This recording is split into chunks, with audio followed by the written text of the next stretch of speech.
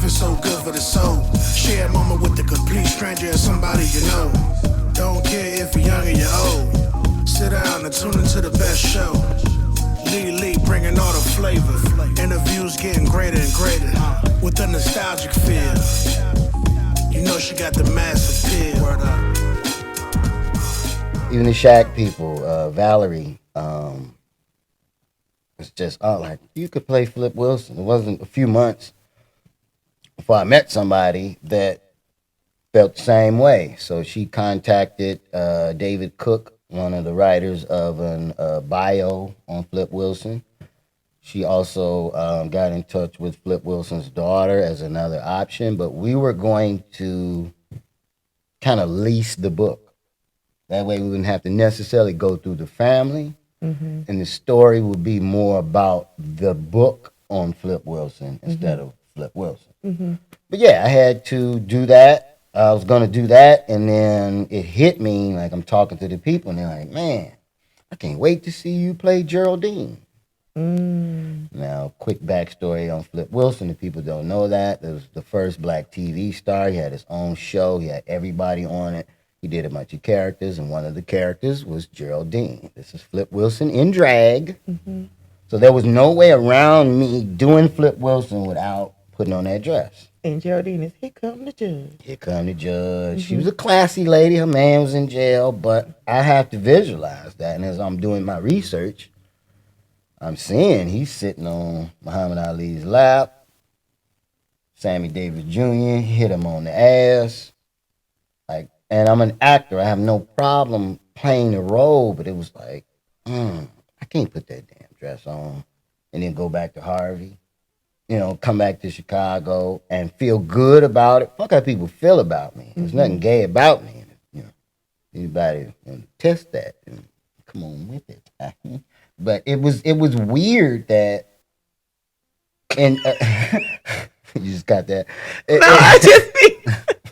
It was so weird because once again, I have one of the greatest opportunities of my career that my soul, my moral compass just wouldn't allow me to do that. Like, why are they making us put these dresses on? Why all the greats did it? Why is that such a rite of passage? I'm like, if y'all really want to do this, then let's find somebody that look like me and Flip Wilson, a female, put her in the dress. Do some voiceover stuff, and then afterwards show that change. And they was like, who the fuck is this motherfucker think he is? No, we put you in the dress and give you money. You don't want the money? So before it even really got good and rolling, I broke my leg. So this happens. This opportunity comes about before you break your leg. Yep. Okay. And right when I was getting ready to bite the bullet, boom, broke my leg. You were going to agree to. I had made my mind up to put on the dress. I talked to my kids, everybody. My daughter, she didn't really know what the hell was going on. She was young. My son's like, well, Dad, we know what it is. It's just a role. I justified it. And then boom. It was like, damn. Once again, I'm in this moment where I can't do this. There were times when I was trying to sin. And God was like, nope, not you. I got enough people doing that. There was so many different things that was justified through my career and this and that. But that Flip Wilson thing was another thing. And I'm like, God, what are you doing with me? Because no matter what happens in life and comedy, you can just get up and walk away. Relationship bad, I'm sorry, boo-boo, but it's we talk about it, make it work. Whatever the situation was, I get really good at knowing when it's over. It's time, and I'll just, before we, whatever, bad situation, business deals, I'll walk away. This was the first moment when I couldn't walk away. I couldn't go nowhere. And I believe it saved my life.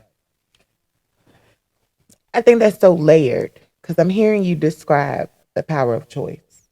At any moment, you always can either choose to do this or not to do this. But then this moment comes, which you describe as a spiritual awakening, and you kind of have no choice whatsoever but to sit in this situation and receive the revelation, is what I'm hearing you say. Is that correct? Yeah. So what came about, if you are comfortable sharing, what did you learn in this moment where you kind of just had to be still? I realized that, number one, all my accomplishments were not of my doing, because if I had that much control, then even after that happened, I could have still been able to do this and do that. It shut my mind down, and then when I say I literally had to learn how to walk again, that's figuratively and literally, because I had to learn how to physically walk again. And then once I got on my feet, I had to learn how to make money again. I couldn't work. I'm a stand-up comedian. And this is I broke my leg on Christmas. And I'm in 2019, 2019. Then I'm in LA. Kobe died, January 2020. which was not a good time for the city of Los Angeles. And I'm a little selfish. I'm like, fuck this. I can't walk. Not even thinking, like, this man is gone and he's touched so many different people. And then as I'm learning to walk again, they shut the world down with COVID. So I haven't worked. This is all I'm doing at this point. I haven't worked. I had to learn how to walk again. Thank God that he gave me the vision to have my business and my paperwork together so that I could get a loan and do different things. But it was so weird that I felt like God had gave me so many choices. He was like, I mean, if I leave it up to you, you're going to keep doing the same thing. You're going to keep making your money. You're going to keep bumping your head. But there's certain situations to where I know I would have done certain things had I had the ability to do it. So if somebody said no or just didn't work out, there was so many situations to where leave it up to me, I probably would have caused more problems than the problems I was trying to fix. And it was like, damn it. And I started reading. The person I was in my crutches. I'm like, I gotta go get a Bible. So I go to this bookstore, and something happened with the person I was with. They start arguing, and man, you're not gonna buy nothing for him. I'm like, I need a Bible.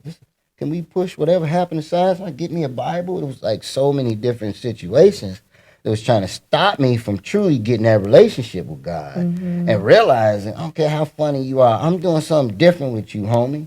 Could have been made you pop. Could have been blew you up. But you probably would have killed yourself in some way. You probably would have allowed your lust to run wild. Would have been so many situations. And in that moment, because I couldn't do comedy, I couldn't walk, I couldn't move around, COVID hit, I'm in a wheelchair. It was now I have to listen to what he's been telling me the whole time. I started reading books, I started reading the Bible. It became clear, like, homie, I could take your life like that. Like after all of that, learning how to walk, I caught COVID really bad in LA. Around what time? Like at the beginning of COVID? That shit happened that March.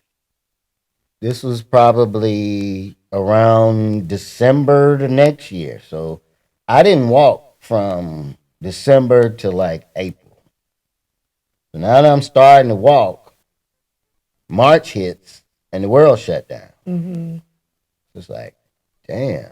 And I'm in LA. My family went to LA kicking it and caught COVID and came back and he had it. And I'm like, oh, that's fucked up. I'm staying in his living room. Shit, I ain't got nowhere to go. So he test positive and I'm like, I test negative. I'm like, oh, I'm straight. Then my buddy's like, that shit don't work like that. Like, wait a few days and then go back. And I went back and had it. And man, I caught COVID really bad because I knew my cousin wasn't really doing shit about it. I had to go get a hotel so I can heal up. So I'm in there. I got onions in the bathroom open because when I wake up, I want to know, can I still smell? I need some onions.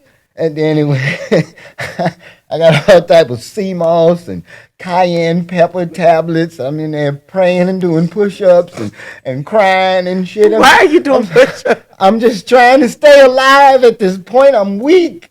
I'm hungry. Damn it. I'm ordering Uber Eats because I'm scared to go outside because I don't want to give the world COVID. Oh, and then the ladies, I finally left out, and the cleaning ladies came in, saw all that shit. That was the last time they came in that motherfucker. Them niggas knock on the door and step back. Housekeeping, you need any? No, leave it there. Leave it on the ground. Put the pillows on the ground. I'm like, shit. Okay, damn, y'all know I got that shit, huh? So now, you know what I'm saying? I'm like, damn it, man. I had all my podcasts and stuff, and I'm doing these eulogy ass podcasts. Life is real. You gotta appreciate what the fuck is happening.